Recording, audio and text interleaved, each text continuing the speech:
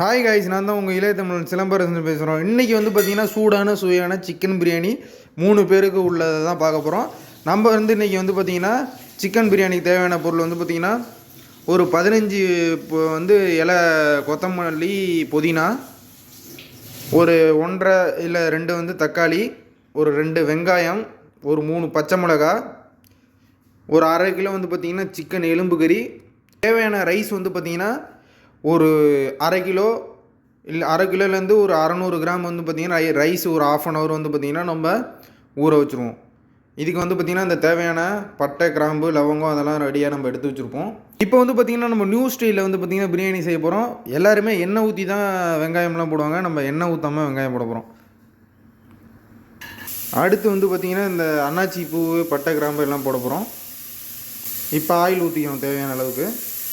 வந்து பார்த்திங்கன்னா பொன்னிறமாக வெங்காயம் வதங்கிருச்சு. அடுத்து வந்து பார்த்திங்கன்னா நம்ம புதினா போட போகிறோங்க. போட்டாச்சு. அடுத்து வந்து பார்த்திங்கன்னா கொத்தமல்லி போட போகிறோம். அடுத்து வந்து பார்த்திங்கன்னா ஒரு 3 பச்சை மிளகா ஆட் பண்ணிக்க போகிறோம். இஞ்சி பூண்டு பேஸ்ட் அடுத்து ஆட் பண்ணிக்கலாம்.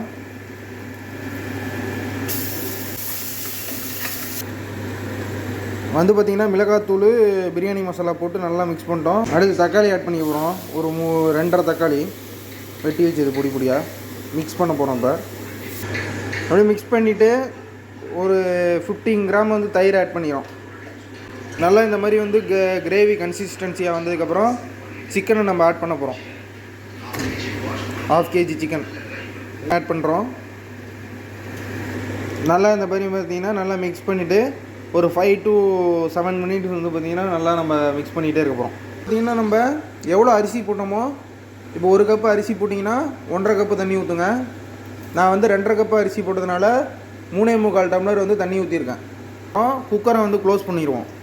இப்படி க்ளோஸ் பண்ணதுக்கப்புறம் இந்த வெண்ட்லேருந்து வந்து பார்த்திங்கன்னா எப்போ வந்து ஸ்மோக் வருதோ அப்போ வந்து பார்த்திங்கன்னா ஓப்பன் பண்ணி நம்ம அரிசி போடுற மாதிரி இருக்கும்.